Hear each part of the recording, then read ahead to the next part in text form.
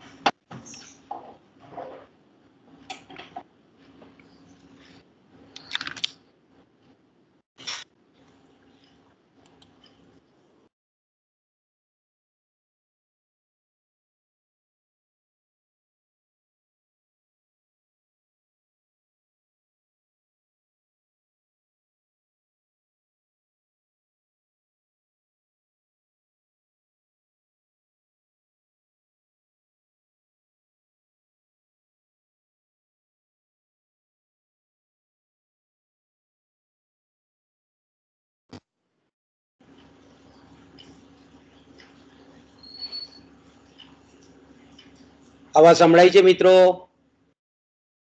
ફરીથી પાછો પ્લીઝ જવાબ મને આપો. હા સર, સંભળાય છે. કઈ ડિસ્ટર્બન્સ નથી થતો ને? ના ના સર. ચાલો, હા કઈ વાંધો નહીં, ચાલો. તો મિત્રો આપણે બધાને એક તો પહેલા તો હેપી ન્યૂ યર. અત્યારે જે પરિસ્થિતિ નિર્માણ થયેલી છે એમાંથી આપણે બધા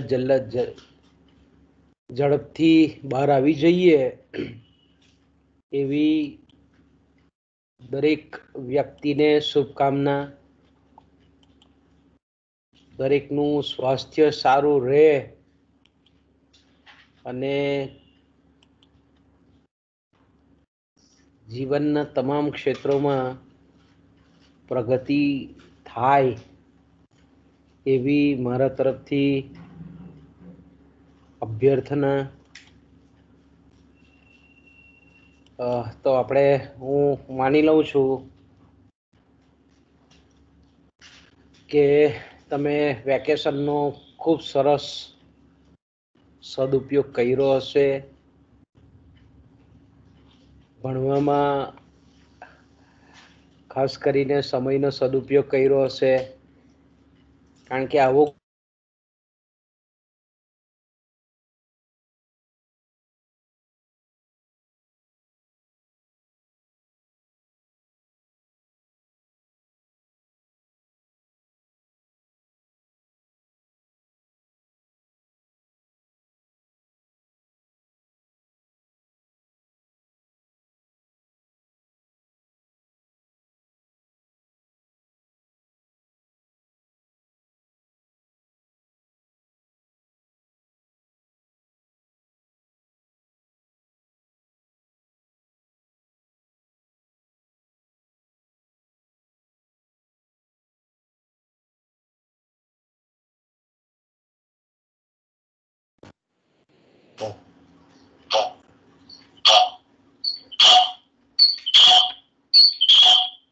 એટલે મારું જે તમને કહેવાનું ખાસ કે ભાઈ આ વેકેશનનો જે સમયગાળો છે એ વેકેશનના સમયગાળાનો જો એકેડેમિક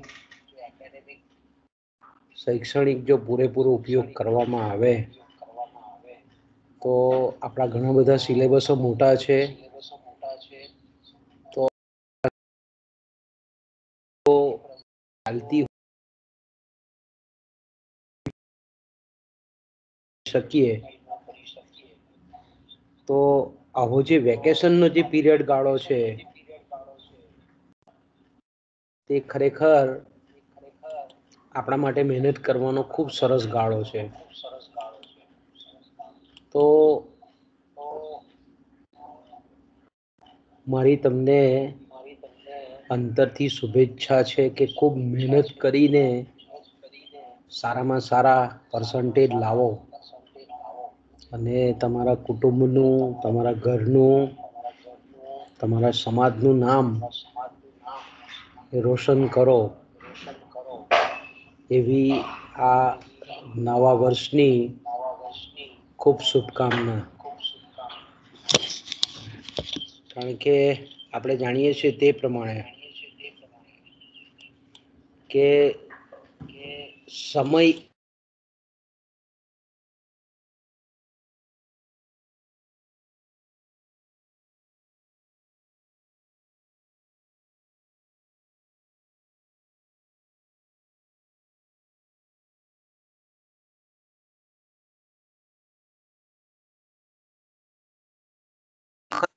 સમય છે તે ક્યારે પણ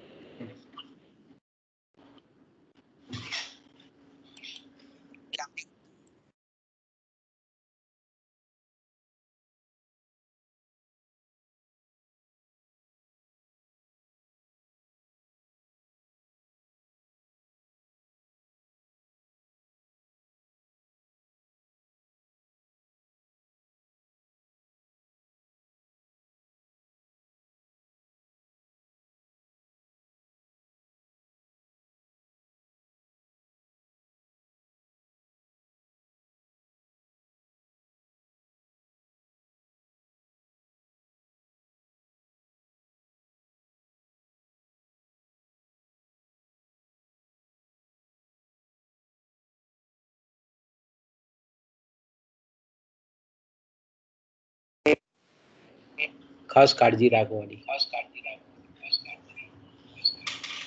તો આઈ હોપ કે હવેનો બાકીનો જે એસવાય બીએ માટેનો જે આપણો સમયગાળો છે તેને ખૂબ સરસ રીતે મહેનત કરીને, કારણ કે આપણે મહેનત કરીને મેળવેલા 60% એ અન્ય રીતે મેળવેલા 80% કરતાં બી વધારે વજનદાર હોય છે. કારણ કે હવે આપણે જાણીએ છીએ તે પ્રમાણે કે કોઈ પણ જગ્યાએ આપણે રોજગારીની તકો પ્રાપ્ત કરવાની હોય તો આપણે દરેક જગ્યાએ કોમ્પિટિટિવ એક્ઝામ આપવાની હોય છે. તો તેવા સંજોગોમાં આપણે એમ કહીએ કે જ્યારે કોમ્પિટિટિવ એક્ઝામ આપવાની હોય તો સ્વાભાવિક છે કે ત્યારે આપણી પાસે નોલેજ હોવું જોઈએ, જ્ઞાન હોવું જોઈએ. ત્યારે તમારા ટકા કેટલા છે તે બહુ મહત્વની બાબત બનતી નથી. હા, મિનિમમ આપણે જે એ એક્ઝામ અપિયર થઈએ તેના માટેના બરાબર છે, પણ પછી તમારું જે નોલેજ છે, અને હું કાયમ મારો વર્ષોનો અનુભવ એવું કહે છે કે છોકરું F5માં આવે એટલે બહુ સરસ ગંભીરતાથી પીરિયડ ભણે, કારણ કે કોલેજમાં આવેલા હોય. પછી જેવું સેકન્ડ યર ચાલુ થાય એટલે પહેલા વર્ષે જાણે કે બહુ પીરિયડ ભરી દીધા હોય વર્ષે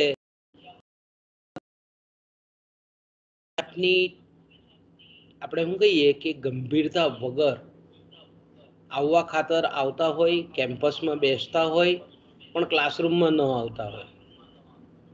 એટલે F5નું જે રિઝલ્ટ આવે તેમાં 100%નો ઘટાડો થાય, ઓછું આવે. પેલામાં જો તમારા 60% હોય તો એસવાયમાં તમારા 55% થાય. પછી એસવાયનું રિઝલ્ટ જોઈ એટલે પાછા ટેન્શનમાં આવી જાય કે આ તો બહુ ઓછું રિઝલ્ટ આવ્યું, એટલે ટીવાયમાં પાછા ગંભીર થઈ જાય. આવું નહીં થવું જોઈએ. કારણ કે આપણે પાસ્ટ યરમાં જે કંઈ પણ મહેનત કરીને મેળવેલું રિઝલ્ટ છે એને ટકાવી રાખવા માટે હંમેશા અપર સ્ટાન્ડર્ડમાં ઉપલા ધોરણોમાં ખૂબ મહેનત કરવી પડે.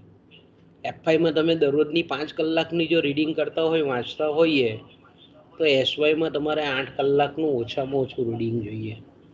અને ટીવાયમાં 12 કલાકનું તમે રીડિંગ કરો તો તમારા મહેનતના ટકા આવે. જો ટકા લાવવા બહુ અઘરી વાત નથી, પણ બે રીતે આવે. શોર્ટકટ અપનાવીને પણ ટકા આવે અને ખૂબ મહેનત કરીને પણ ટકા આવે. એને આપણે લોંગ રન કહીએ, લોંગ વે કહીએ. તો શોર્ટકટથી મેળવેલું રિઝલ્ટ છે તે આપણને લાંબા ગાળા સુધી આપણને એ નહીં આપે, આપણે કોઓપરેટ નહીં કરે. એ આપણે જોઈએ છે, ઘણા જોઈએ છે કે બીએમાં 70%, એમએમાં 70%, પણ ટેટની એક્ઝામમાં ફેલ. નોકરીની કોઈ પણ એક્ઝામ હોય, બેન્કિંગની હોય કે એલઆઈસીની હોય, તો તેમાં 0, એમાં કશું આવે નહીં. આવું કેમ થાય છે? એનું કારણ એ છે કે આપણે હંમેશા સફળતા માટે શોર્ટકટ અપનાવીએ છીએ. એ જરૂર નથી. અત્યારે તમને એમ લાગે કે ભાઈ મારો બહુ સમય જાય છે ભણવામાં, પણ અત્યારના 5 વર્ષની મહેનત તમને 50 વર્ષની જિંદગી એકદમ સરળતાથી તમે બહુ સ્વમાન સાથે ગુજારી શકો. એટલે દરેક વિદ્યાર્થીને મારી નમ્ર વિનંતી છે કે ક્લાસ કોઈ પણ ટીચર હોય, કોઈ પણ કમ્પલસરી હોય, સબસિડરી હોય, આઈડીનો હોય કે મુખ્ય વિષયનો પીરિયડ હોય, એ ક્યારે પણ ચૂકાવ ભણાવનાર વ્યક્તિ છે તે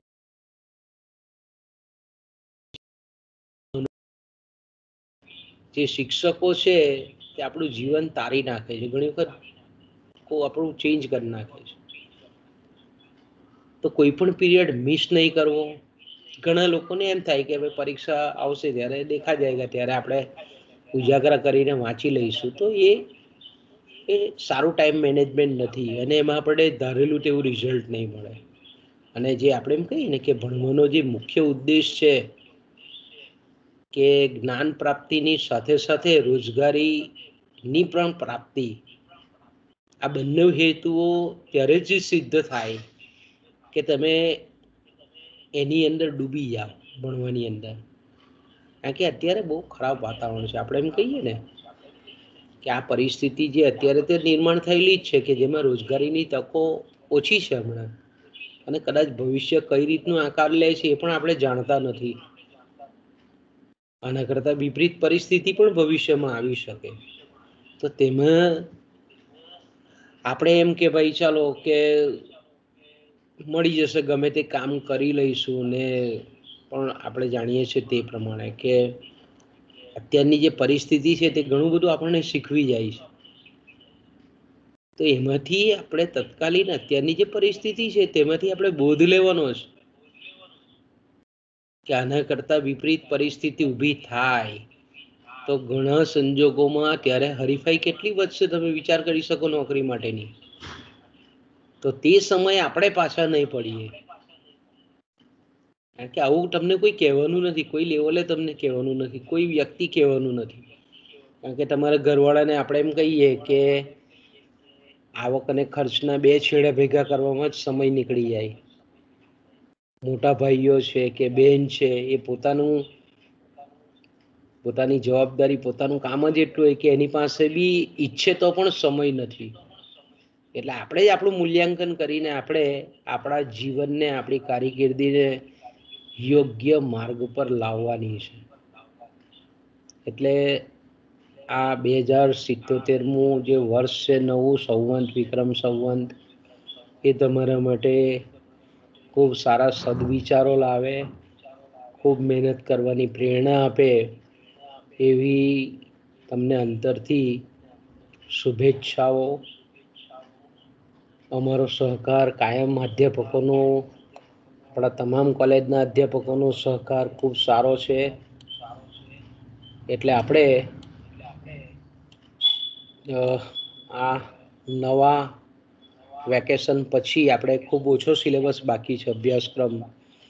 તો આપણે આ પેપર 7માં થોડાક જે 2-3 યુનિટ છે, 2-3 ટોપિક છે, એ 2-3 ટોપિકને આપણે વ્યવસ્થિત રીતે ન્યાય આપી દઈએ એટલે તમે પછી યુનિવર્સિટી જો પરીક્ષા લેવાનું નક્કી કરે તો તમે સારી રીતે આપી શકો એને.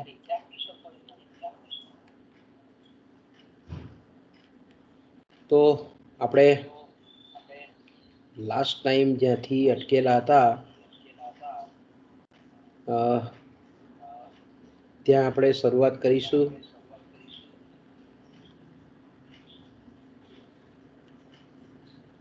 કારણ કે લાસ્ટ ટાઈમ આપણે એડમ સ્મિથ એટલે કે પ્રશિષ્ટ અર્થશાસ્ત્રીય વિચારધારા અને એ અન્વયે મેં કીધું તેમ કે પ્રશિષ્ટ અર્થશાસ્ત્રના જેને આપણે પિતા કહીએ છીએ, અર્થશાસ્ત્રના જેને આપણે પિતા કહીએ છીએ, અર્થશાસ્ત્રના જેને આપણે પ્રણેતા અર્થશાસ્ત્રી કહીએ છીએ,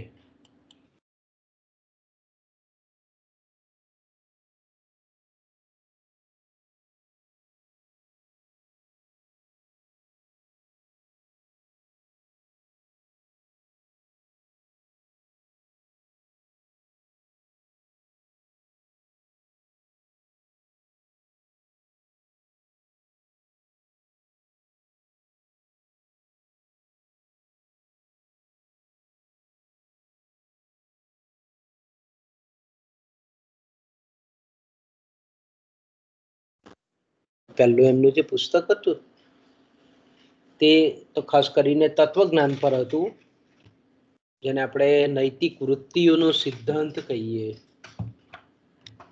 પણ બીજું જે પુસ્તક હતું કે જેને એડમ સ્મિથને અર્થશાસ્ત્રના પિતા તરીકે ઓળખાવ્યા. તો મિત્રો આપણે લાસ્ટ પીરિયડમાં આપણે એટલે કે દિવાળી વેકેશન પહેલા પ્રશિષ્ટ અર્થશાસ્ત્રી તરીકે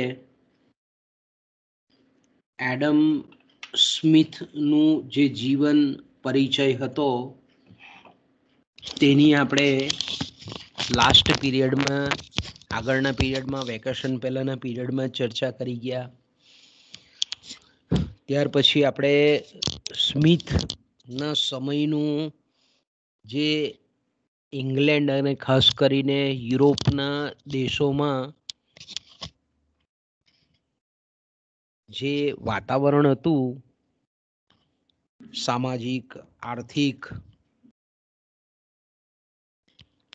નૈતિક, ધાર્મિક, રાજકીય, એના પરિપ્રેક્ષ્યમાં સ્મિથના વિચારો જે આકાર પામ્યા તેની પણ આપણે લાસ્ટ પીરિયડમાં ચર્ચાઓ કરી ગયા. એ જ રીતે આપણે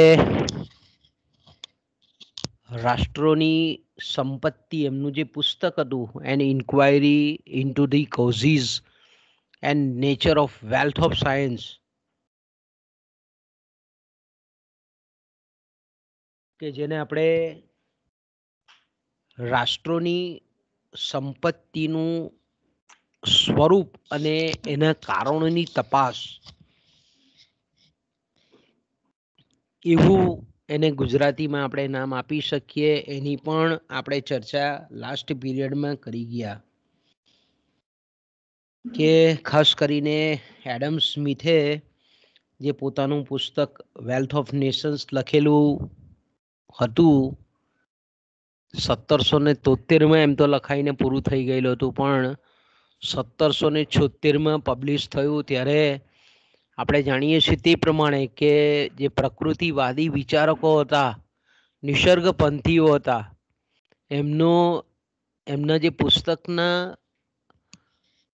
પ્રાસ્તાવિક ભૂમિકામાં એટલે કે પ્રસ્તાવનામાં જ એ પ્રકૃતિવાદી વિચારકો અને ખાસ કરીને મેં કીધું તેમ કે ક્વેઝન કે જેને આપણે કેવેને કહીએ છીએ અને રોબર્ટ જેક તુર્ગો કહીએ છીએ, એ રોબર્ટ જેક તુર્ગો અને કેવેનેનો એણે ખૂબ અંતરથી આભાર વ્યક્ત કરેલો છે. એટલે આપણે એમ કહી શકીએ કે એડમ સ્મિથના વિચારો પર પ્રકૃતિવાદી વિચારકોની બહુ જબરજસ્ત અસર પડેલી આપણને જોવા મળે છે. એ જે પહેલું મેં કીધું તેમ કે ભાઈ નૈતિક વૃત્તિઓનો સિદ્ધાંત કે જે 1759માં લખાયેલું હતું. કારણ કે તે વખતે તત્વજ્ઞાનના અને તર્કશાસ્ત્રના અધ્યાપક તરીકે એ યુનિવર્સિટીમાં ભણાવતા હતા અને અર્થશાસ્ત્ર એક અલગ શાસ્ત્ર તરીકે તે વખતે હતું નહીં. પણ ધીરે ધીરે મેં કીધું તેમ કે યુરોપનો પ્રવાસ, અલગ અલગ દેશોની જે શૈક્ષણિક સંસ્થાઓ છે તેની મુલાકાતો, તે વખતની યુરોપના મોટાભાગના દેશોની વ્યાપાર અંગેની નીતિ, આર્થિક નીતિ, આ બધાની અસર એડમ સ્મિથ પર બહુ જબરજસ્ત થઈ. અને મેં કીધું તેમ કે ફિઝિયોક્રેટ્સો જે છે ફ્રાન્સના, એની સાથે જે કેન્સનું જે વૈચારિક આદાન પ્રદાન થયું એને લીધે આર્થિક બાબતો કે જેને આપણે અર્થશાસ્ત્ર ના જન્મ માટેની જે કંઈ પણ પૂર્વ ભૂમિકા જેને આપણે કહી શકીએ, એ એના મનમાં આકાર લેવા માંડી. અને 1776માં મેં કીધું તેમ an inquiry into the causes and nature of wealth of nations, આ પુસ્તક એમણે લખ્યું કે જે 5 વિભાગમાં હતું. એ 5 વિભાગોમાં આપણે લાસ્ટ પીરિયડોમાં ચર્ચા કરી ગયા કે પહેલા વિભાગમાં ખાસ કરીને એડમ સ્મિથે શ્રમ વિભાજન, બરાબર, શ્રમ અને શ્રમ વિભાજન કે જે અંગેના વિચારો એમણે આપેલા હતા. કારણ કે આપણે જાણીએ છીએ તે પ્રમાણે કે ધીરે ધીરે જેમ જેમ સમય પસાર થતો જાય છે તેમ તેમ, એટલે કે સમયગાળાઓ પસાર થતા જાય છે તેમ તેમ આર્થિક વિચારોમાં પણ પરિવર્તન આપણને થતું જોવા મળે છે. કે ધારો કે આપણે એમ કહીએ કે વ્યાપારવાદીઓ જે છે એ વ્યાપારવાદીઓએ મૂલ્યવાન ધાતુને સંપત્તિ તરીકે ઓળખાવી કે ભાઈ કોઈ પણ રાષ્ટ્રને જો મજબૂત કરવું હોય, અન્ય રાષ્ટ્રોને જો મહાત કરવા હોય, હરાવવા હોય, તો આપણે એમ કહીએ કે એ દેશ પાસે મૂલ્યવાન ધાતુ એટલે કે સોનું અને ચાંદી નો જથ્થો વધારે હોવો જોઈએ. તો આપણે એમ કહીએ કે સંપત્તિ નો આપણે એમ કહીએ કે ખ્યાલ છે તે વ્યાપારવાદી વિચારકોએ સર્વપ્રથમ આપણે આ રીતે ઉદ્ભવ્યો, એને પ્રગટ કર્યો. ત્યાર પછી બીજા જે વિચારકોનું જે વર્ગ છે તે કે વાસ્તવમાં દેશની સંપત્તિ એ મૂલ્યવાન ધાતુમાં નહીં પરંતુ ભૂમિ અને એના પર પણ જો શ્રમનો સહયોગ કરવામાં આવે તો કૃષિ ક્ષેત્ર એક એવું ક્ષેત્ર છે કે જે સંપત્તિનું સર્જન કરવા માટે સક્ષમ છે. એટલે આપણે એમ કહીએ કે જે નિસર્ગપંથીઓ હતા, પ્રકૃતિવાદીઓ હતા, એણે ખેતી અને જમીન ને સંપત્તિ તરીકે ખાસ કરીને ઓળખાવતા હતા. જ્યારે એડમ સ્મિથ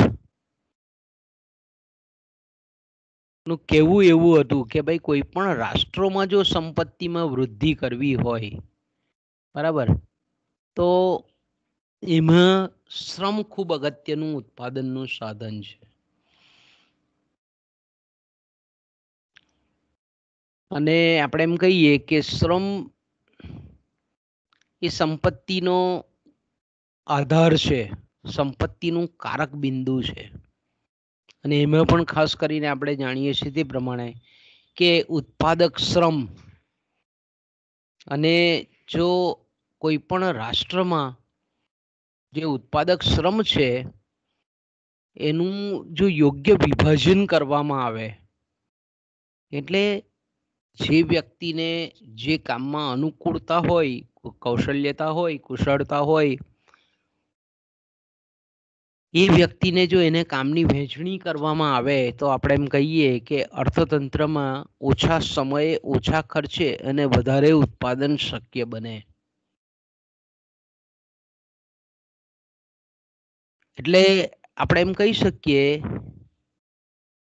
કે શ્રમની જે સફળતા છે, એની ઉત્પાદકતા છે, એનો જો કોઈ બેઝ હોય, એનો જો કોઈ આધાર હોય તો એ છે શ્રમ વિભાજન. અને શ્રમ વિભાજન એ રાષ્ટ્રની સંપત્તિમાં અનેક ગણો વધારો કરે છે. આવી બાબતની સમજૂતી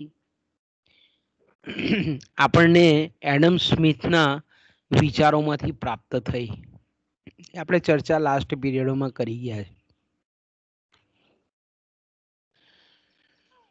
ત્યાર પછી આપણે જોયું તે પ્રમાણે કે શ્રમ વિભાજન જે છે એની પણ કેટલીક મર્યાદાઓ પણ આપણે જોઈ ગયા કે તો બજારનું કદ અને મૂડી સાધનોની ઉપલબ્ધતા, આને લીધે આપણે એમ કહી શકીએ કે શ્રમ વિભાજન એ મર્યાદિત બને છે. ત્યાર પછી આપણે એડમ સ્મિથના જે મૂલ્ય અંગેના વિચારો છે એની આપણે દિવાળી પહેલા, વેકેશન પહેલા ચર્ચા કરી ગયા.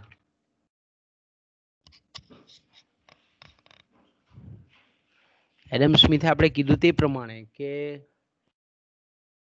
જે સંપત્તિ અંગેની જે એમની વિભાવના હતી કે ભાઈ ભૌતિક વસ્તુઓનું ઉત્પાદન એટલે સંપત્તિ, અને એ સંપત્તિ નિર્માણ કરનાર જો કોઈ મહત્વનું સાધન હોય તો એ છે શ્રમ છે. કારણ કે શ્રમની શક્તિ એ કેવી છે? અમર્યાદિત છે.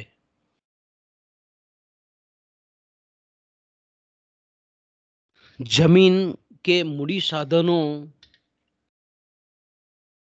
એ સંપત્તિના નિર્માણ કરવામાં ભાગ ભજવે છે, પણ એનો રોલ ઓછો હોય છે, એનો ફાળો ઓછો હોય છે શ્રમની તુલનામાં.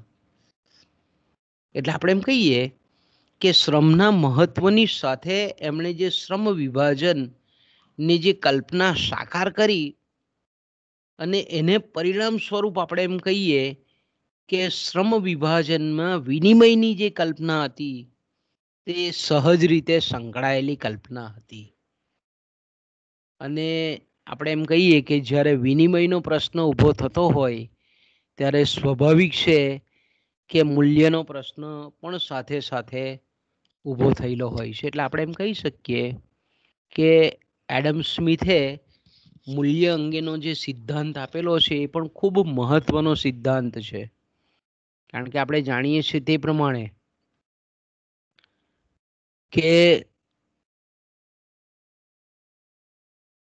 એડમ સ્મિથે જે વિચારો આપેલા હતા એના પછીના જે વિચારકો છે એ બીજા અનેક, આપણે એમ કહીએ ને કે અનેક વિચારકો છે કે જેણે વિચારધારાથી નવા, આપણે એ પણ ચર્ચા ગયા પીરિયડોમાં કરી ગયા છે. પણ આપણે ક્વિક રિવિઝન એટલા માટે કરીએ કે આપણે વિષયની સાથે આપણી કન્ટિન્યુટી જળવાઈ રહે. બે પ્રકારના મૂલ્યોની એમણે તે વખતે આપણે કીધું તેમ કે ચર્ચા કરેલી હતી. પહેલું મૂલ્ય ઉપયોગ મૂલ્ય, અને ઇંગ્લિશમાં આપણે વેલ્યુ એન્ડ યુઝ કહીએ છીએ, અને બીજું મૂલ્ય કે જેને આપણે વિનિમય મૂલ્ય કહીએ છીએ, જેને આપણે બજાર મૂલ્ય તરીકે પણ ઓળખાવી શકીએ. પહેલું જે મૂલ્ય છે કે જેને આપણે વાસ્તવિક મૂલ્ય, નેચરલ મૂલ્ય, નૈસર્ગિક મૂલ્ય તરીકે પણ ઓળખાવી શકીએ આપણે. તો આપણે એમ કહીએ કે એડમ સ્મિથે વસ્તુના મૂલ્ય નિર્ધારણ માટે 4 સિદ્ધાંતો આપેલા છે. એ પણ આપણે ગયા પીરિયડમાં જોઈ ગયા કે પહેલો જે સિદ્ધાંત આપણે જોયો તે જેને આપણે શ્રમ મૂલ્ય સિદ્ધાંત કહીએ છીએ, લેબર થિયરી ઓફ વેલ્યુ કહીએ છીએ એને આપણે. બીજો જે સિદ્ધાંત કહીએ છીએ જેને આપણે શ્રમ વ્યય મૂલ્ય સિદ્ધાંત, લેબર કોસ્ટ થિયરી ઇંગ્લિશમાં એને આપણે કહીએ છીએ. ત્રીજો સિદ્ધાંતની પણ આપણે લાસ્ટ પીરિયડમાં ચર્ચા કરી ગયા છે, શ્રમ હક મૂલ્ય સિદ્ધાંત, લેબર કમાન્ડ થિયરી જેને આપણે કહીએ છીએ.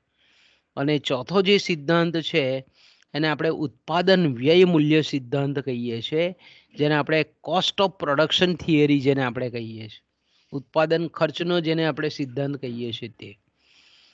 તો આ 4 સિદ્ધાંત દ્વારા એમણે પ્રાકૃતિક મૂલ્ય કે જેને આપણે નૈસર્ગિક મૂલ્ય કહીએ છીએ એનો ખ્યાલ સમજાવેલો છે. અને જે બીજું મૂલ્ય કે જેને આપણે બજાર કિંમત કહીએ છીએ, જેને આપણે બજાર મૂલ્ય કહીએ છીએ, તો એની વિચારસરણી માટે એ બજારમાં પ્રવર્તતી જે હરીફાઈ છે તે અને વસ્તુની માંગ અને વસ્તુનો પુરવઠો, આ 3 પરિબળો જે છે તેની ક્રિયા પ્રતિક્રિયા દ્વારા બજારમાં મૂલ્ય નક્કી થાય છે. આવું આપણે એમણે સમજાવેલું છે. ત્યાર પછી આપણે એ પણ જોઈ ગયેલા હતા સ્મિથનો વહેંચણીનો સિદ્ધાંત, કે ભાઈ વહેંચણી એટલે આપણે જાણીએ છીએ તે પ્રમાણે કે ઉત્પાદનના સાધનો જે કંઈ પણ વર્ષ દરમિયાન ઉત્પાદનની પ્રક્રિયામાં જોડાય છે અને એ બદલ આપણે જાણીએ છીએ તે પ્રમાણે કે રાષ્ટ્રીય ઉત્પાદનનું સર્જન થાય, રાષ્ટ્રીય આવક શક્ય બને.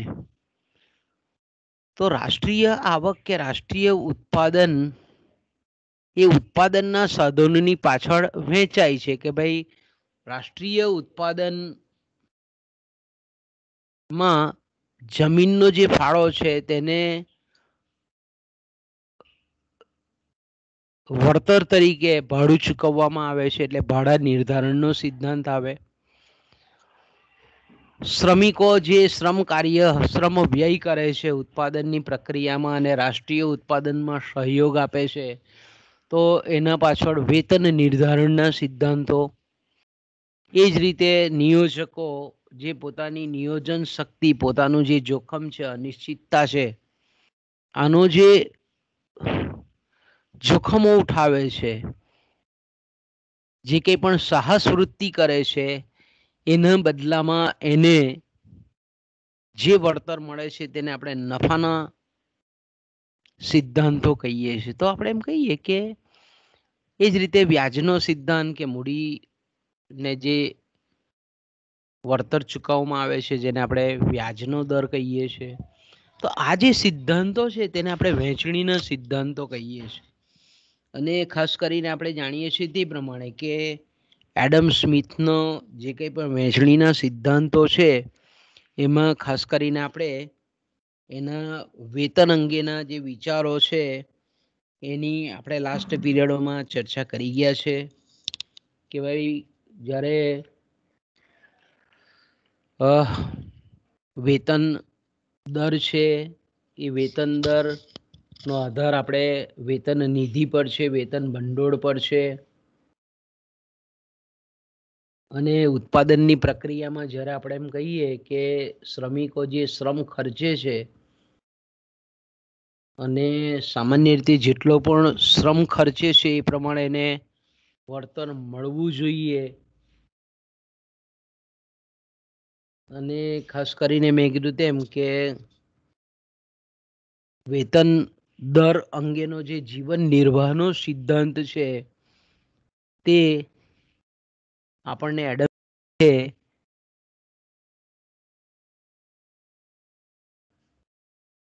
બીજું લાસ્ટ પીરિયડમાં આપણે એ પણ ચર્ચા કરી ગયેલા હતા કે વેતન દરમાં કેમ ભિન્નતા હોય છે, અલગ અલગ કારણોસર વેતન દરોમાં તફાવતો જોવા મળે છે. એમાં આપણે 5 કે 6 મુદ્દાઓની આપણે ચર્ચા કરેલી હતી લાસ્ટ પીરિયડમાં કે એક તો કામનું સ્વરૂપ કે ભાઈ જે શ્રમિક છે તે કયા પ્રકારનું કામ કરે છે એ પ્રમાણે એનો વેતનનો દર અલગ હોય છે. એ જ રીતે શ્રમિક જે કંઈ પણ કામ કરે છે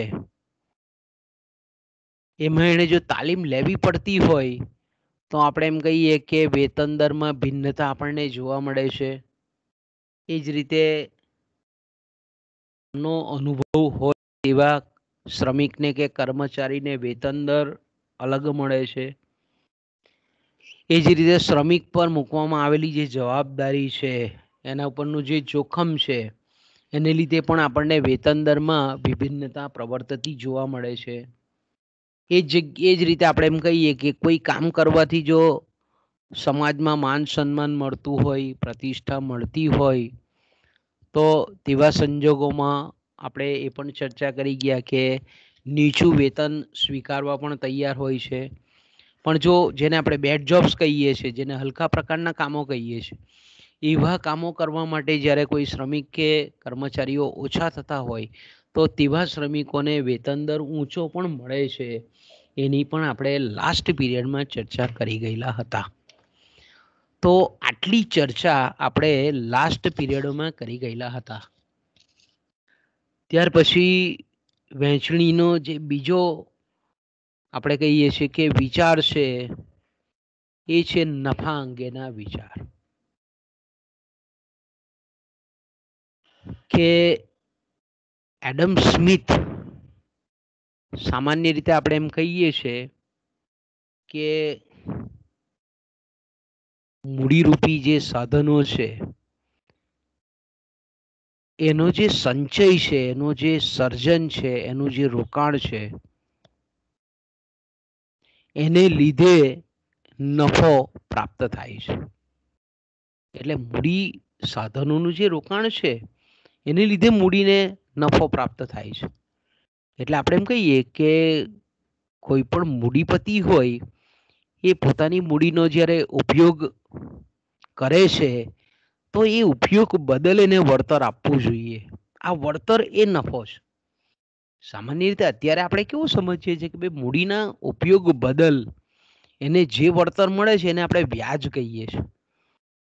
પણ એડમ સ્મિથ મૂડીના ઉપયોગ કરવા માટે મૂડીપતિને જે વળતર મળવું જોઈએ આ વળતર એટલે નફો છે એમ કહે છે. એટલે આપણે એમ કહીએ કે સ્મિથના મતે તો એનો મતલબ એવો કરી શકાય કે ભાઈ નફો અને વ્યાજ વચ્ચે કોઈ તફાવત નથી. એટલે કે નફો અને વ્યાજ એમાં સ્મિથ કોઈ પણ જાતનો ફેરફાર કરતા નથી. કારણ કે મૂડીના રોકાણને લીધે ઉત્પાદન થાય છે અને ઉત્પાદનની પ્રક્રિયામાં મૂડી સાધનોનું જે ફાળો છે તેને લીધે એને નફો પ્રાપ્ત થાય છે. તો અહીંયા એડમ સ્મિથ આપણને એક બહુ સૂક્ષ્મ બાબત આપણને મૂકતા જાય છે, સ્પર્શતા જાય એવું એનો જે વિચાર હતો તે કે જ્યારે કોઈ પણ મૂડી હોય એનું જ્યારે રોકાણ કરવામાં આવે અને એને લીધે જે ઉત્પાદન શક્ય બને એ ઉત્પાદનનું વેચાણ કરવાથી જે કંઈ પણ આવક પ્રાપ્ત થાય નફા સ્વરૂપની એને નફો કહેતા હતા. પણ જ્યારે આપણે એમ કહીએ કે કોઈક મૂડી ઉછીની લીધેલી હોય ત્યારે એના વપરાશ માટે આપવાની જે રકમ થાય છે એને વ્યાજ ગણે છે.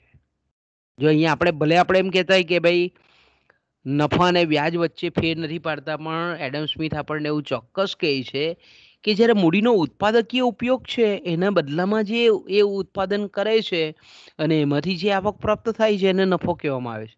પણ જ્યારે કોઈક મૂડી ઓછીની લીધેલી હોય ત્યારે એ મૂડીના વપરાશ માટે જે આપવાની રકમ થતી હોય એને વ્યાજ કહેવામાં આવે છે. એટલે બંને જગ્યાએ આપણે એમ કહીએ કે મૂડી એક જ કાર્ય કરે છે. એટલે આપણે એમ કહી શકીએ કે નફો અને વ્યાજ વચ્ચે ફેર માનતા નથી સ્મિત. એટલે ટૂંકમાં આપણે એમ કહી શકીએ કે નફાને તે મૂડીના ઉપયોગનું વળતર ગણાવે છે. પણ અત્યારનો જે મોડર્ન ઇકોનોમિક થિયરીઝ છે બધી તે શું કહે છે કે મૂડીનું જે વળતર છે એ નફો નહીં પણ વ્યાજ. પણ આપણે જેને અર્થશાસ્ત્રના પિતા કહીએ છીએ સ્મિથ કઈ વ્યાજ અને નફા વચ્ચેનો ભેદ જાણતા નહીં હતા એવું તો હતું જ નહીં. કારણ કે સ્મિથ ચોક્કસ રીતે જાણે છે કે નફાના દરમાં જો ફેરફાર થાય તો વ્યાજના દરમાં પણ ફેરફાર થાય. એવું સ્પષ્ટ એ કહે છે કે ભાઈ નફાનો દર અને વ્યાજનો દર આ બંને કો રિલેટેડ છે, એકબીજા સાથે સહસંબંધિત છે. એડમ સ્મિથનું કહેવું એવું હતું કે જ્યારે વધારે મૂડી રોકાણ થતું હોય બજારમાં, બરાબર, જો સરસ રીતે સમજાવે છે એના વિચારો એ બરાબર સમજજો કે જ્યારે અર્થતંત્રમાં કે બજારમાં મૂડીનું રોકાણ વધારે થતું હોય તો એને લીધે શું થાય? મૂડીનું રોકાણ વધારે થતું હોય, આપણે એક સીધી વાત કરીએ કે જો યોજકો છે નિયોજકો છે તે મૂડીરોકાણ જો વધારે ને વધારે કરતું હોય તો શું થાય? એનું પરિણામ એ આવે કે બજારમાં હરીફાઈ વધે, અને હરીફાઈ વધે તો શું થાય? સ્પર્ધા વધે, કોમ્પિટિશન વધે, તો નફો ઓછો થાય. અને એનાથી ઉલટું આપણે વિચારીએ કે જ્યારે મૂડી રોકાણ ઓછું થતું જાય, ઓછું હોય ત્યારે હરીફાઈ ઓછી થાય, અને હરીફાઈ ઓછી થાય એટલે નફાનો દર ઊંચો આવે છે.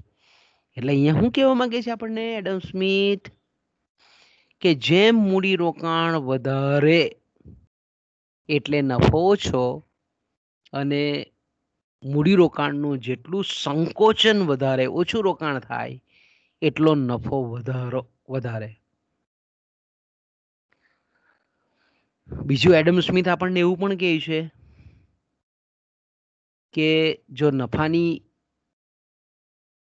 વધઘટ થાય, નફાના દરમાં જો વધારો ઘટાડો થાય તો એની વેતન દરો પર પણ અસર થાય છે.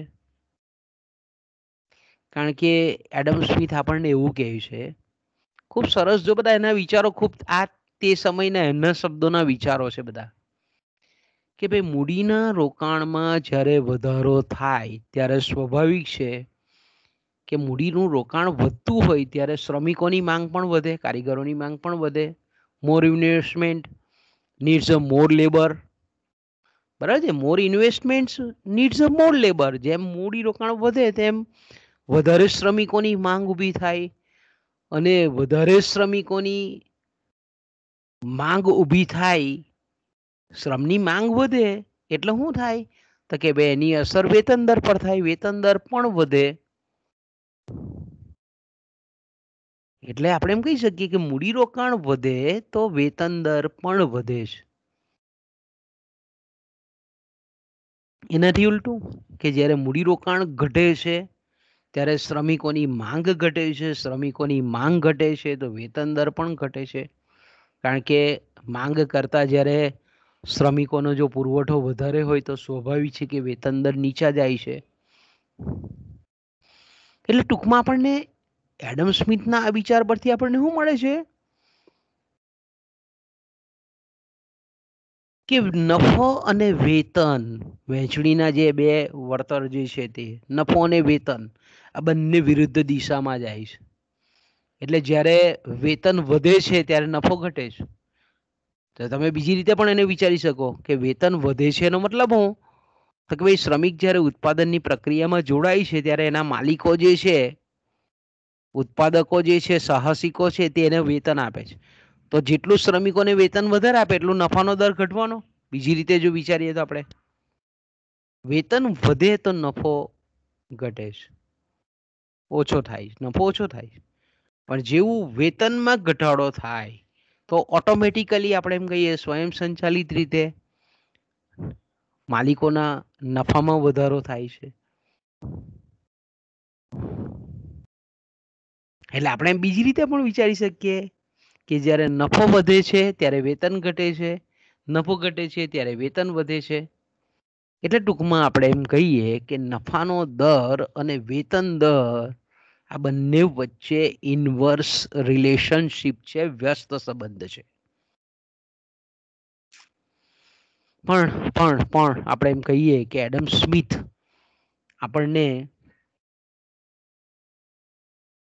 બે પરિસ્થિતિ અપવાદરૂપ ગણાય છે કે જ્યારે બજારમાં અર્થતંત્રમાં નવી ઔદ્યોગિક વસાહતો સ્થપાય છે, નવી ઔદ્યોગિક વસાહતો સ્થપાતી હોય ત્યારે નફો અને વેતન છે તે સરખા દરે વધે.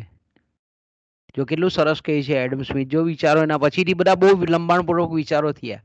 એડમ સ્મિથ ખાલી આટલો આપણને વિચાર કરતો કરી જાય છે કે જ્યારે નવી ઔદ્યોગિક વસાહતો નિર્માણ થાય છે, સર્જાય છે, સ્થપાય છે, ત્યારે નફો નો દર અને વેતન દર સરખી રીતે વધે છે, સરખા વધે છે. પણ જ્યારે એટલે ટૂંકમાં કહેવાનો મતલબ શું હતો કે ઔદ્યોગિકરણ વધે છે તેમ નફાનો દર અને વેતન દર બંને વધે છે. પણ જ્યારે અર્થતંત્ર સ્થગિત અવસ્થામાં હોય, ગતિ શૂન્ય અવસ્થામાં હોય, જેને આપણે સ્ટેગ્ફ્લેશન કહીએ છીએ, સ્ટેગ્નેશન હોઈએ, ત્યારે શું થાય છે?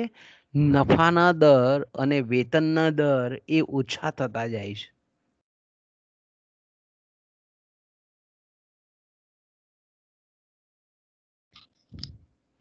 એટલે આપણે એમ કહી શકીએ કે એડમ સ્મિથ જે કહેતા હતા કે નફો કેટલો મળવો જોઈએ, કુલ નફો અને ચોખ્ખો નફા વચ્ચેનો તફાવત કોને કહેવાય, આવા વિશે એ લોકોએ બહુ ઊંડાણપૂર્વક એડમ સ્મિથે ચર્ચા કરી નથી. ઓકે, ત્યાર પછીનો જે એમનો જમીન અથવા તો આપણે એમ કહીએ કે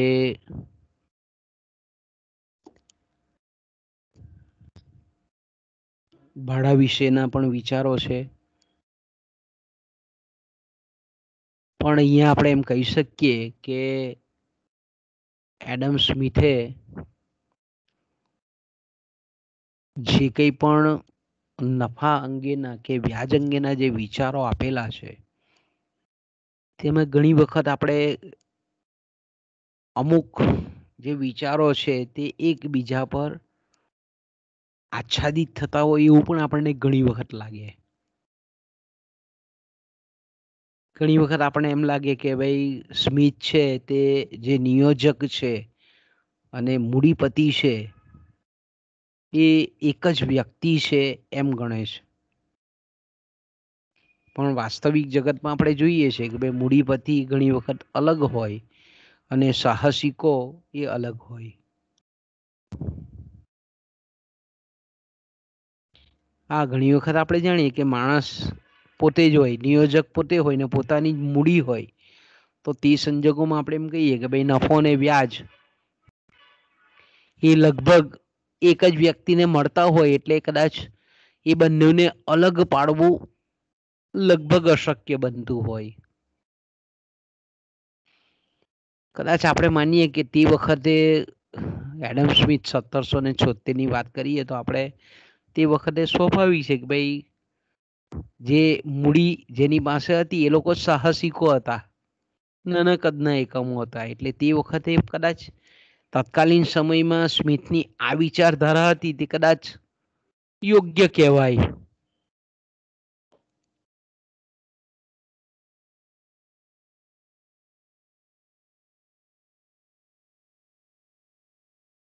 વ્યાજનો દર વિશે પણ મેં કીધું તેમ કે પરોક્ષ રીતે ઘણી વખત આપણને વ્યાજનો દર ઊંચો હોવો જોઈએ કે નીચો હોવો જોઈએ, કે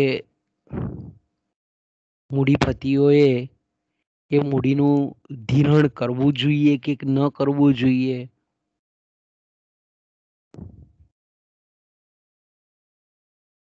એ બાબતે પણ અમુક વિચારો એને આપેલા છે. કે દાખલા તરીકે આપણે એમ કહીએ કે ધારો કે કોઈક મૂડીપતિ હોય, મૂડીનો માલિક હોય, એ ઘણી વખત આપણે જાણીએ છીએ કે સાહસ વૃત્તિ ન ધરાવતો હોય, તો તે સમયે એ પોતાની જે મૂડી છે તે પોતે ભલે ઉપયોગ ન કરતો હોય, પણ અન્ય વ્યક્તિઓ કે જે એ મૂડીને ધિરાણ પર લેવા તત્પર હોય, સાહસિક હોય, સાહસ વૃત્તિ ધરાવનાર હોય, તો તેવી વ્યક્તિને એ મૂડીપતિએ એ મૂડીનો ભાગ એ અન્ય વ્યક્તિને ઉપયોગમાં લેવા દેવો જોઈએ.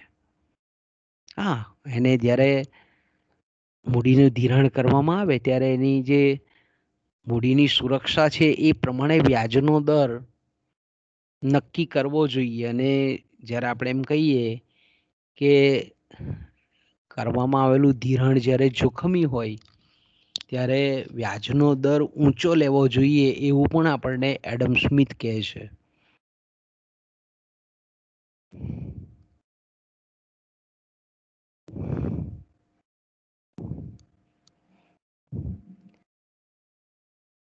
સામાન્ય રીતે આપણે એમ કહીએ કે એડમ સ્મિથ ઘણી વખત એવું પણ આપણને એમ લાગે કે ભાઈ, મેં કીધું તેમ કે ભાઈ નફો અને વેતન દર એ બંને વચ્ચે વ્યસ્ત સંબંધ છે.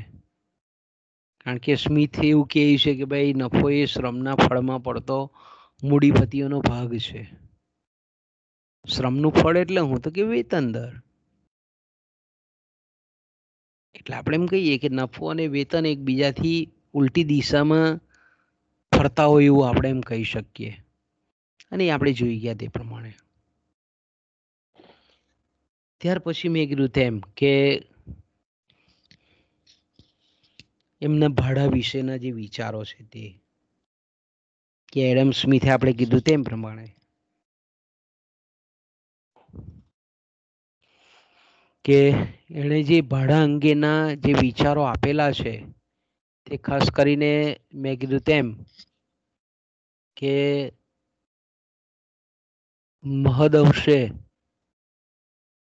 એ પ્રકૃતિવાદીઓની વિચારધારાનો જ એક ભાગ છે.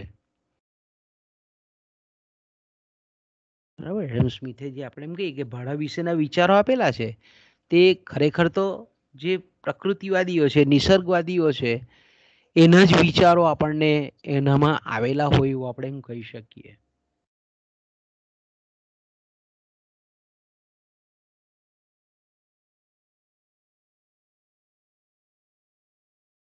કારણ કે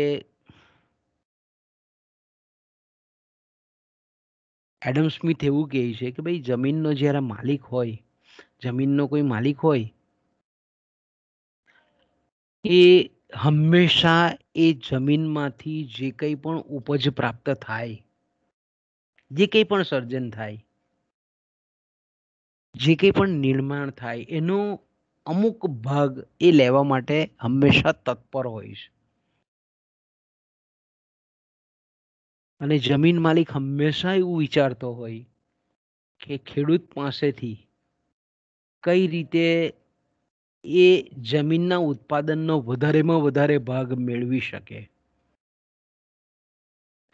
એટલે આપણે એમ કહી શકીએ કે જમીનનો માલિક એક વાસ્તવમાં તો એ જમીનનો ઈજારદાર છે. એટલે જમીન પર જે મળતું ભાડું છે તે ખરેખર ઈજારા મૂલ્ય જેવું સર્જાય છે એવું આપણે એમ કહી શકીએ. કે land rent is a naturally monopoly price. ઇંગ્લિશમાં જો આપણે શબ્દ વાપરવો હોય તો એ રીતે વાપરી શકીએ. એટલે આપણે એમ કહી શકીએ કે એડમ સ્મિથના મતે જમીનને ચૂકવાતું ભાડું એ જમીન માલિકોનું ઈજારા મૂલ્ય જેવું છે એમ એ કહેતા હતા. બીજું એવું પણ કહેતા હતા કે દરેક જે જમીન છે એ જમીનનો કશ, જેને આપણે ફળદ્રુપતા કહીએ, જેને આપણે ફર્ટિલિટી કહીએ, એ અલગ અલગ હોય છે. અને પરિણામ સ્વરૂપ આપણે એમ કહીએ કે અલગ અલગ ફળદ્રુપતા હોય એટલે સ્વાભાવિક છે કે ઉત્પાદનમાં પણ તફાવત પડે. કારણ કે જમીનની જે ગુણવત્તા છે એના આધારે ઉત્પાદન ઓછા ખર્ચે વધારે થતું હોય અલગ અલગ જગ્યાએ. તો આપણે એમ કહીએ કે આ જે જમીનની ફળદ્રુપતા જે અલગ અલગ છે, જમીનનો જે કશ અલગ અલગ છે, જમીનની અંદરના જે પોષક તત્વો અલગ અલગ પ્રમાણમાં છે, એને પરિણામ સ્વરૂપ જે આપણે એમ કહીએ કે જમીનની ગુણવત્તા આધારિત જે ઉત્પાદનમાં તફાવત પડે છે, એને પરિણામ સ્વરૂપ જમીનના ભાડાના દરો અલગ અલગ જમીનને અલગ અલગ દરે ભાડાના દરો મળતા હોય છે. બીજું એને સરસ મજાનો ખ્યાલ આવ્યો. એટલે આપણે એમ કહી શકીએ કે અલગ અલગ જમીનને અલગ અલગ જે ભાડું મળે છે એ જમીનની ગુણવત્તામાં જે ફેર છે એ ગુણ જે છે જમીનનો એ ગુણવત્તામાં તફાવતને લીધે એ ભાડાના દરમાં તફાવત છે.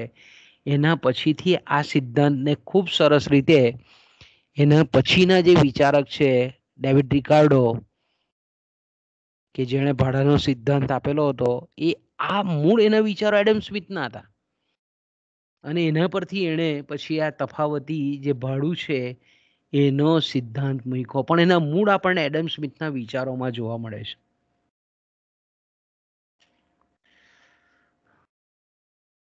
સ્મિથ એવું બી કહેતા હતા કે ભાઈ ખેતી જ એક એવું નિર્વાહનું ક્ષેત્ર છે કે જ્યાં ઉત્પાદન વધારે મળે છે અને એટલા માટે જ ખેડૂતોને જમીનનું ભાડું મળે છે. એ સ્વાભાવિક છે કે એ પ્રકૃતિવાદી વિચારકો, કારણ કે એના ઘણા બધા મિત્રો હતા પ્રકૃતિવાદી વિચારકો, એટલે સ્વાભાવિક છે કે એનો આ વિચાર છે તે પ્રકૃતિવાદનું ફળ હોઈ શકે. કારણ કે એડમ સ્મિથ પણ એવું કહેતા હતા કે ભાઈ ખેતીમાં પ્રાકૃતિક કુદરત તરફથી નિસર્ગથી વધારો મળે છે, એટલે જમીન પર મળતું જે ભાડું છે એ પણ કુદરતની બક્ષિસ છે, નૈસર્ગિક દેણ છે, એવું સ્મિથ માનતા હતા. બીજું આપણે એમ કહીએ કે એડમ સ્મિથ એવું પણ માનતા હતા કે જમીનને ચૂકવાતું જે ભાડું છે અને જે કિંમત છે વસ્તુની, આ બંને વચ્ચે પણ એક જાતનો સંબંધ છે. કારણ કે કોઈ પણ ઉત્પાદન હોય તો તેમાં વેતન, ભાડું અને નફો એના આપણે 3 ભાગો પાડી શકાય. અને વસ્તુની જ્યારે કિંમત નક્કી થતી હોય ત્યારે એ કિંમત ઉપર જમીનને ચૂકવાતું ભાડું છે એની અસર પડતી હોય છે.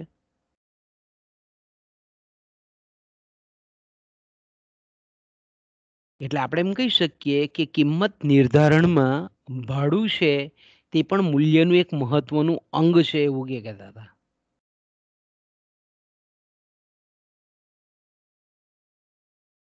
પણ પછીથી આપણે એમ કહીએ કે એમના વિચારોમાં થોડું પરિવર્તન પણ આવેલું હતું કે ભાડાને લીધે વસ્તુની કિંમત નક્કી થતી નથી, પણ વસ્તુની કિંમતને લીધે ભાડું નક્કી થાય છે. પછી એમણે પોતાના વિચારોમાં પુનર્વિચાર કરી અને પરિવર્તન કરેલું હતું. એ શું કહેતા હતા કે ભાડાને લીધે કિંમત નક્કી નથી થતી. કોઈ પણ વસ્તુની કિંમત નિર્ધારણ છે તે જે જમીનને ચૂકવાતું જે વળતર છે, ભાડું છે, તેને લીધે નથી નક્કી થતી, પણ વસ્તુની કિંમતને લીધે જમીનનું ભાડું નક્કી થાય છે. એટલે ભાડું એ મૂલ્ય નિર્ધારણનું, કિંમત નિર્ધારણનું કારણ નથી, પણ પરિણામ છે, એવું એમણે કીધું. એટલે આના પરથી વિચાર કરો કે આ જે વિચાર હતો એમનો, એના પરથી જે.એસ. મિલે પછીથી આગળનો સિદ્ધાંત આપેલો હતા.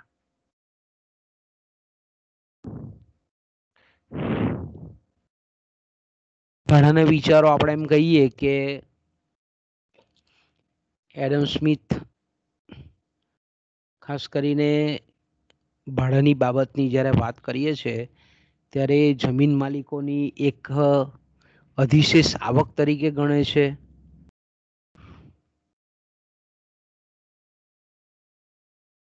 અને જમીન માલિકે ખાસ કરીને જે અધિશેષ આવક પ્રાપ્ત થાય છે એના માટે કોઈ વિશેષ મૂડીરોકાણ કરવાની જમીન માલિકોને આવશ્યકતા નથી, એટલા માટે એને અધિશેષ આવક કહે છે.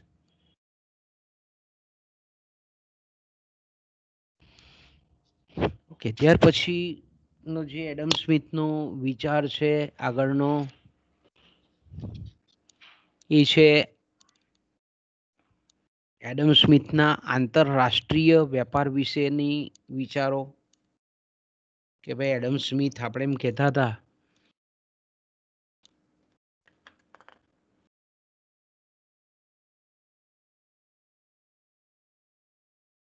ખાસ કરીને એનું જે આપણે પુસ્તક છે વેલ્થ ઓફ નેશન્સ, એમાં ખાસ કરીને એડમ સ્મિથે એનો જે અંતિમ ભાગ છે એમાં જે રાષ્ટ્રીય અર્થવિધાન છે એ રાષ્ટ્રીય અર્થવિધાન અન્વયે એમણે આ વિચારો આપેલા છે. ખાસ કરીને તમે જ્યારે આવતા વર્ષે ટીવાયમાં આંતરરાષ્ટ્રીય શાસ્ત્ર પેપર ભણશો તો તેમાં નિરપેક્ષ ખર્ચ તફાવતનો સિદ્ધાંત છે એડમ સ્મિથનો આંતરરાષ્ટ્રીય વેપાર અંગેનો, એ તમારે ભણવાનો આવશે. એટલે આપણે એમ કહીએ કે સામાન્ય રીતે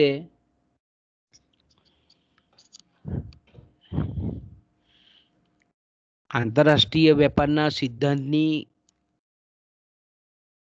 અલગથી જેને આપણે સ્પષ્ટ જેને આપણે સૈદ્ધાંતિક સ્વરૂપમાં એની સમજૂતી આપણને આપેલી નથી, પણ આપણને આંતરરાષ્ટ્રીય વેપાર વિશેના જે વિચારો હતા એડમ સ્મિથના, એના પરથી આપણે એમ કહી શકીએ કે એડમ સ્મિથ એવું કહેવા માંગતા હતા કે જે માતૃ દેશ છે તે અને જે સંસ્થાન દેશ છે તે,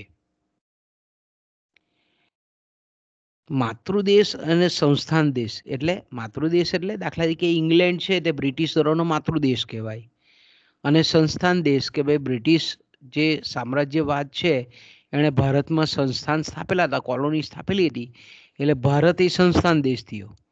માતૃદેશ અને સંસ્થાન દેશ વચ્ચેનો જે વ્યાપાર થતો હતો, અને આપણે જાણીએ તમે પણ ઇતિહાસમાં ભણી ગયા છો એને, કે ભાઈ ભારતમાંથી ખૂબ સસ્તા કાચો માલ લઈ જાય, ઇંગ્લેન્ડની ફેક્ટરીઓમાં તૈયાર થાય અને ઊંચા ભાવે પાછું સંસ્થાન દેશોમાં વેચાય, અને ઘણો બધો આપણે એમ કહીએ કે લાભ એ માતૃદેશ એટલે કે ઇંગ્લેન્ડને મળતો હતો. તો એકચ્યુઅલી આંતરરાષ્ટ્રીય વેપારની સમજૂતી માટે ઇંગ્લેન્ડને વિદેશ વેપારમાં કેવી રીતે લાભ મળતો હતો મળે છે એનું સમજૂતી આપવાનો એમણે પ્રયત્ન કરેલો હતો.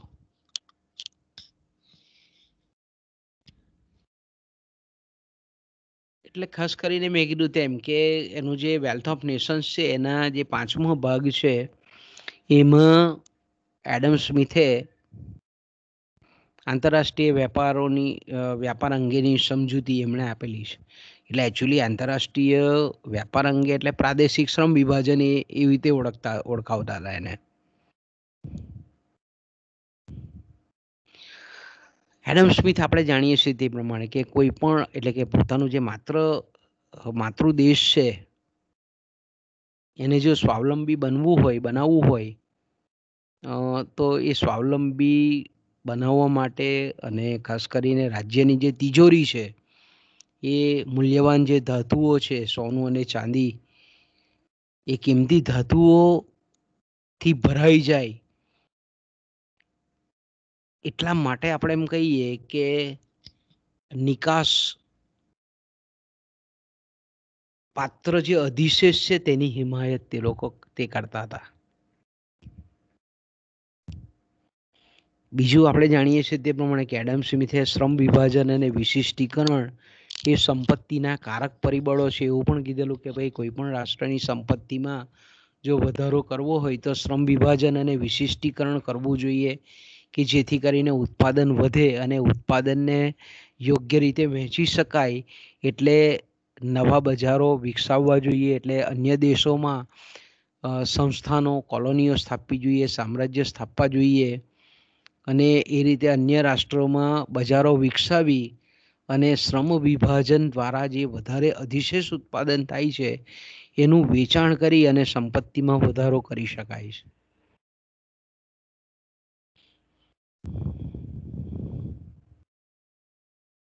સામાન્ય રીતે ખૂબ સરળ શબ્દોમાં, સ્મિથના શબ્દોમાં જો આપણે એમ કહીએ કે સ્મિથે જે આંતરરાષ્ટ્રીય વેપારમાં થતા લાભની સમજૂતી નિરપેક્ષ ખર્ચ તફાવત દ્વારા સમજાવેલી છે.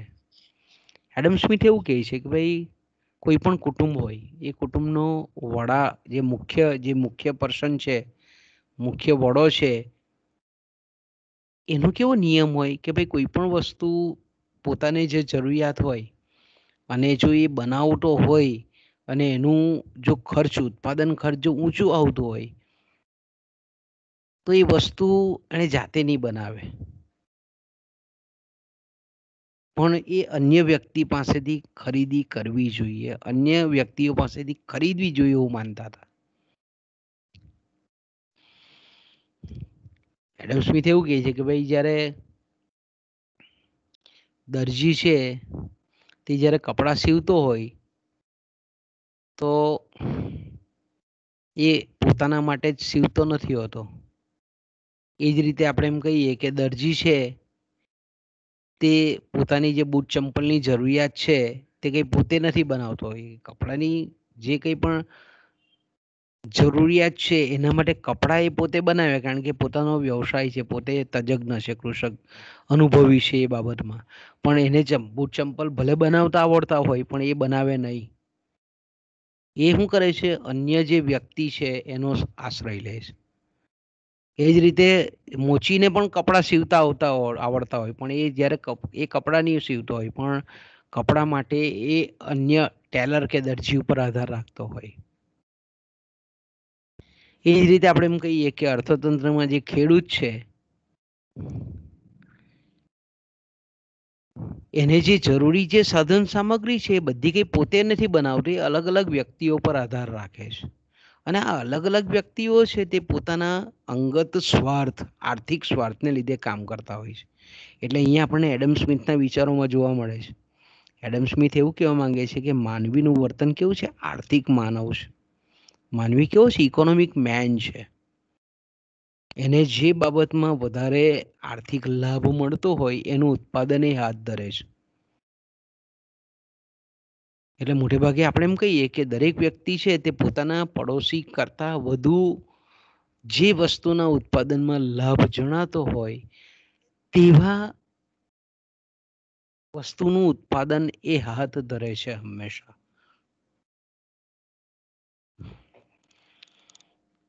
તો આપણે એમ કહીએ કે કોઈક એક વ્યક્તિના સંદર્ભમાં જ્યારે આ વિધાન એડમ સ્મિથ કરે છે તો એક વ્યક્તિ માટે કે કુટુંબ માટે એ સાચું છે.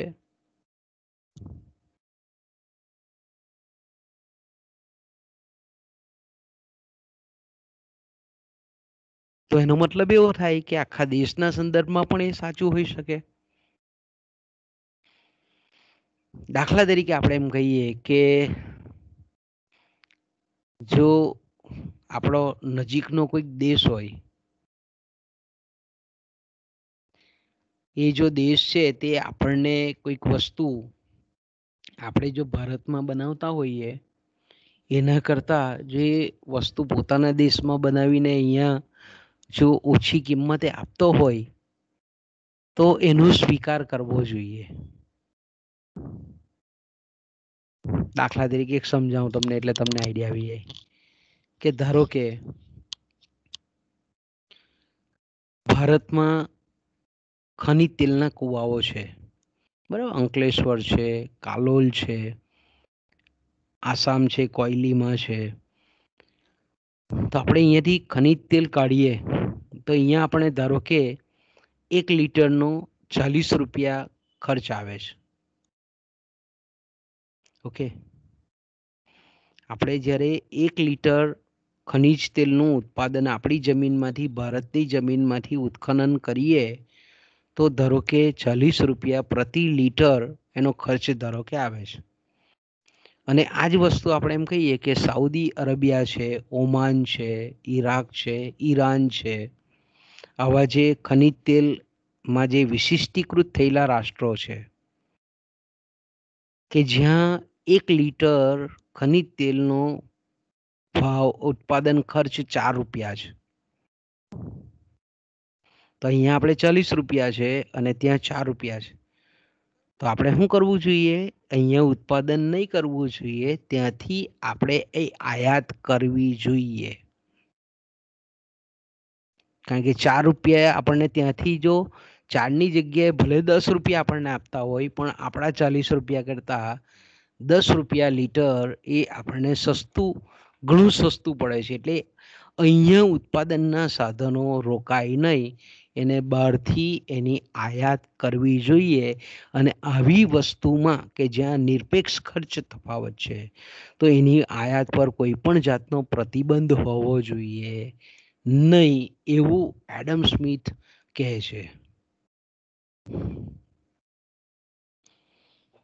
ખૂબ સરળ રીતે સમજાવે છે આપણને. દાખલા તરીકે આપણે એમ કહીએ કે ભારત અને પાકિસ્તાનનું ઉદાહરણ બતાવેલું છે કે ભાઈ ભારત અને પાકિસ્તાન છે તે ભારતમાં પણ કાપડ બની શકે છે અને સણ પણ બની શકે છે. સણ એટલે આપણે જાણીએ છીએ કે પહેલા ઘઉંના, તમને ખબર હોય તો, કે પહેલા જે ઘઉં આવતા હતા તે સણની કોથળીમાં આવતા હતા, જેને આપણે કોથળા કહીએ છીએ. આજે હવે પ્લાસ્ટિકનો વપરાશ થઈ ગયો, પણ પહેલા 100 કિલોના ગુણ જે સણ આવતા હતા, પશ્ચિમ બંગાળમાં ખાસ કરીને આપણે એમ કહીએ સણની ખેતી થાય. તો ભારત અને પાકિસ્તાન બંનેમાં દાખલા તરીકે કાપડ અને સણનું ઉત્પાદન શક્ય છે. હવે જો આપણે એમ કહીએ કે કુદરતી લાભોનો જો આપણે વિચાર કરીએ તો દાખલા તરીકે ભારત છે તે પાકિસ્તાન કરતાં ઓછા ખર્ચે કાપડ બનાવી શકે છે, અને પાકિસ્તાન છે તે ભારત કરતાં ઓછા ખર્ચે સણ ઉત્પાદિત કરી શકે છે.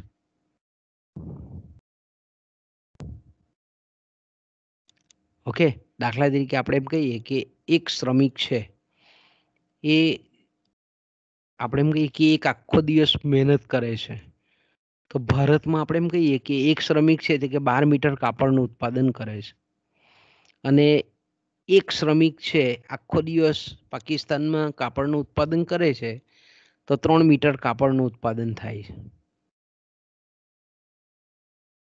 તમે વિચાર કરો કે ભાઈ શ્રમિક છે તે પાકિસ્તાનમાં 3 જ મીટરનું ઉત્પાદન કરે છે, જ્યારે ભારતમાં એ જ શ્રમિક છે તે 12 મીટર કાપડનું ઉત્પાદન કરે છે. તો અહીંયા સ્વાભાવિક છે કે એક શ્રમિક છે ને એક દિવસ છે, સમય સરખો છે, શ્રમનું પ્રમાણ, ઉત્પાદનના સાધનનું પ્રમાણ પણ સેમ છે. તો અહીંયા તમે જોઈ શકો છો કે પાકિસ્તાન કરતાં ભારત કાપડ ખૂબ ઓછા ખર્ચે અને ઝડપી બનાવી શકે છે. એનાથી ઉલટું સેમ છે કે ભારતમાં એક શ્રમિક છે તો આખો દિવસ કામ કરે તો 3 મીટર ધારો કે સણ બનાવી શકે છે. સણનું ઉત્પાદન 3 કિલો, 3 મણ, કોઈ પણ તમે એનો માપદંડ લગાવી શકો. સણના કોથળા બનાવે તો દાખલા કે 3 મીટર 3 કોથળાઓ બનાવે, કોઈ પણ તમે કરી શકો.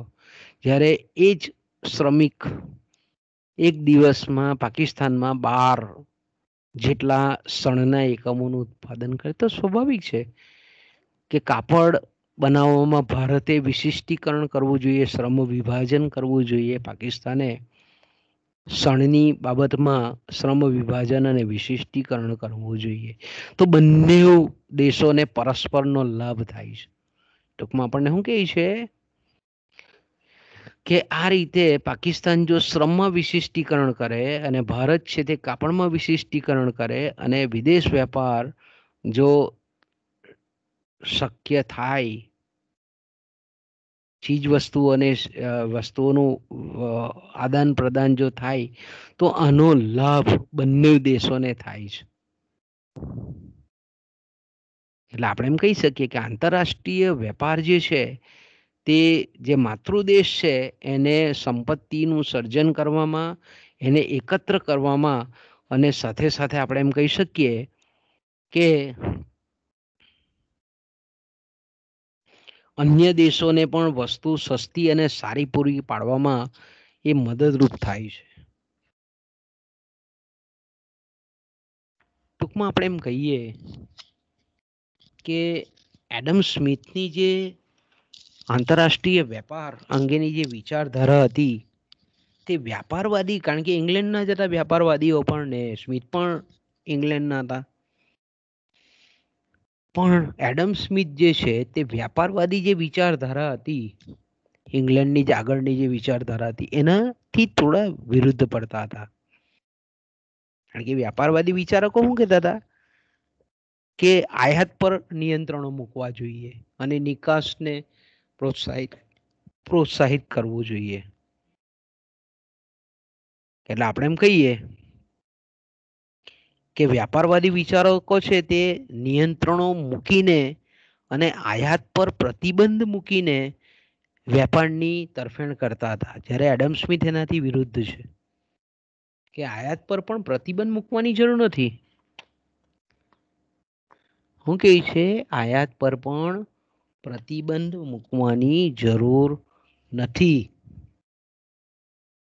કારણ કે જે વસ્તુ માતૃદેશમાં ઉત્પાદન કરવામાં જો ખર્ચ વધારે થતો હોય તો એની સ્વાભાવિક રીતે આયાત બહારથી કરવા દેવી જોઈએ, પડોશી રાષ્ટ્રો પરથી કરવા દેવી જોઈએ.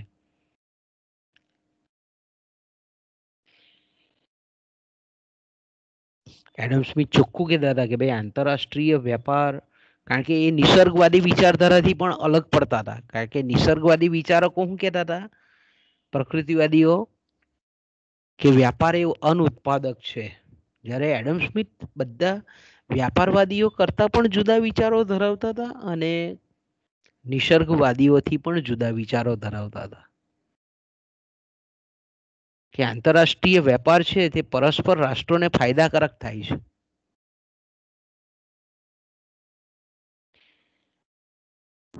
કારણ કે એવું કહેતા હતા કે આંતરરાષ્ટ્રીય વેપારથી ફાયદો શું થાય, તો કે ભાઈ જે દેશમાં મૂડી સાધનની જે વિપુલતા છે એ એક તો ઉત્પાદનના કામમાં વેપારને લીધે, આંતરરાષ્ટ્રીય વેપારને લીધે કામમાં આવે છે. પણ આંતરરાષ્ટ્રીય વેપારને લીધે આપણે એમ કહીએ કે ઘણી વખત આપણે જાણીએ છીએ તે પ્રમાણે કે અલગ અલગ રાષ્ટ્રોમાં જે અલગ અલગ ઔદ્યોગિક નીતિ છે, આર્થિક નીતિ છે, એ ઘણી વખત આપણે એમ કહીએ કે મૂડી સાધનોનો દુર્વ્યય કરતી હોય. પણ જો આપણે એમ કહીએ કે વિદેશ વેપાર નીતિ જો યોગ્ય હોય તો આપણે એમ કહીએ કે આંતરરાષ્ટ્રીય વેપારને લીધે એ મૂડી સાધનોનો યોગ્ય ઉપયોગ શક્ય બને છે, એવું પહેલા તો કહેતા હતા. બીજું એવું કહેતા હતા કે વસ્તુ જો ઘરમાં બનાવવા કરતા બહારથી લાવવામાં જો એના કરતા સસ્તી પડતી હોય તો બહારથી જ લાવવી જોઈએ, એવું કહેતા હતા. કારણ કે વસ્તુ ઘરની જે બાબત છે એ રાષ્ટ્રને પણ સેમ જ લાગે છે. એને સરસ મજાનું તે વખતે ઉદાહરણ પણ આપેલું કે દાખલા તરીકે ફ્રાન્સ છે, ઇંગ્લેન્ડની બાજુનો જ દેશ છે, હવે ફ્રાન્સમાં જો સસ્તી દ્રાક્ષ મળતી હોય તો સ્વાભાવિક છે કે ઇંગ્લેન્ડના સ્કોટલેન્ડમાં દ્રાક્ષનું વાવેતર નહીં કરવું જોઈએ. કૃત્રિમ વાતાવરણ ઊભું કરી, કારણ કે દ્રાક્ષના પાકને અનુકૂળ હોય એવું વાતાવરણ કૃત્રિમ ઊભું કરવું પડે સ્કોટલેન્ડમાં, જે ફ્રાન્સમાં તો કુદરતી હતું. તેવું કૃત્રિમ વાતાવરણ ઊભું કરવામાં ખર્ચ કરવો જોઈએ નહીં, એવું એડમ સ્મિથ કહેતા હતા. એના કરતા બેટર છે કે ભાઈ ફ્રાન્સની દ્રાક્ષની આયાત કરવી જોઈએ. જો સ્કોટલેન્ડમાં એનું વાવેતર કરવામાં આવે તો એનો ઉત્પાદન ખર્ચ ખૂબ ઊંચો આવે. એટલે આવું નહીં કરવું જોઈએ, એવું કહેતા હતા. બીજું કે દરેક દેશમાં આપણે એમ કહીએ કે ઘણી બધી અમુક વસ્તુઓ જે છે એના ઉત્પાદન માટે કોઈક ને કોઈક નૈસર્ગિક કુદરતી સગવડો હોય દરેક દેશોમાં, કોઈક અમુક વસ્તુઓની બાબતમાં. જો આપણે એમ કહીએ કે વેપારને જો મુક્ત કરી દેવામાં આવે, જો અત્યારના આપણે એડમ સ્મિથ ગયાના આજે 200-250 વર્ષ થવાના, 200 વર્ષ, 200 ને 250 વર્ષ થવાના, તો બી આજે આપણે એમ કહીએ કે એડમ સ્મિથે 200-250 વર્ષ પહેલા એવું કીધેલું હતું કે વ્યાપાર મુક્ત કરવો જોઈએ. અત્યારે આપણે નવી આર્થિક નીતિ અન્વયે કરીએ છીએ લિબરલાઇઝેશન.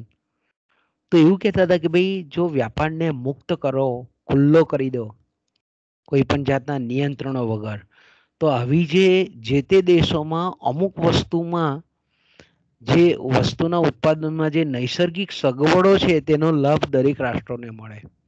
મેં કીધું તેમ કે ભાઈ ભારતમાં પેટ્રોલિયમ ઉત્પાદન કરવું એ મોંઘું છે, જ્યારે ગલ્ફના દેશોમાં એ સસ્તું છે.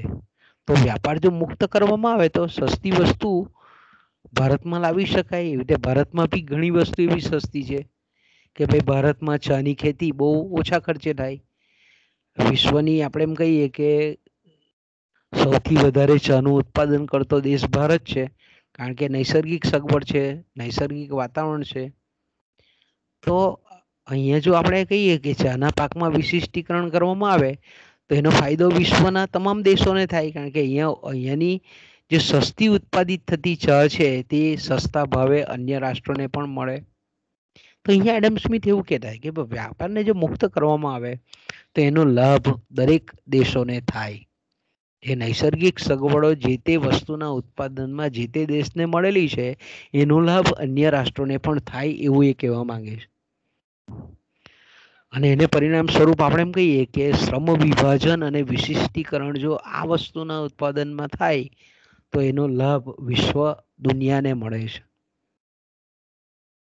બીજું આપણે એમ કહી શકીએ કે જો આંતરરાષ્ટ્રીય વેપારને મુક્ત કરવામાં આવે, મુક્ત વ્યાપાર નીતિ જો અપનાવવામાં આવે તો સ્વાભાવિક છે કે દરેક દેશોના જે ઉત્પાદનના સાધનો છે એનો યોગ્ય ઉપયોગ થાય. અને આપણે એમ કહી શકીએ કે વસ્તુ સસ્તામાં ઉત્પાદિત થાય અને પરિણામ સ્વરૂપ આપણે એમ કહીએ કે ઉત્પાદનના સાધનોને યોગ્ય પ્રમાણમાં વળતર મળી રહે. તો આપણે એમ કહી શકીએ કે એડમ સ્મિથે આંતરરાષ્ટ્રીય વેપાર વિશેની પણ આ રીતની સમજૂતી આપણને આપેલી જોવા મળે છે. આ કોઈક વખત પરીક્ષામાં પૂછાય છે એમ તો, પણ આપણા એટલે ટૂંકમાં એની આપણે ચર્ચા કરવી હિતાવ છે. તો બાળકો આપણે અહીંયાથી અટકીએ આજે. હવે બપોર પછીનો પીરિયડ તો છે આજે નશું, આજે લઈશું નહીં આપણે. બરાબર, તો આપણે કાલે મળીએ. બોલો, કઈ તકલીફ હોય તો બોલો બાળકો. યાજ્ઞિકા?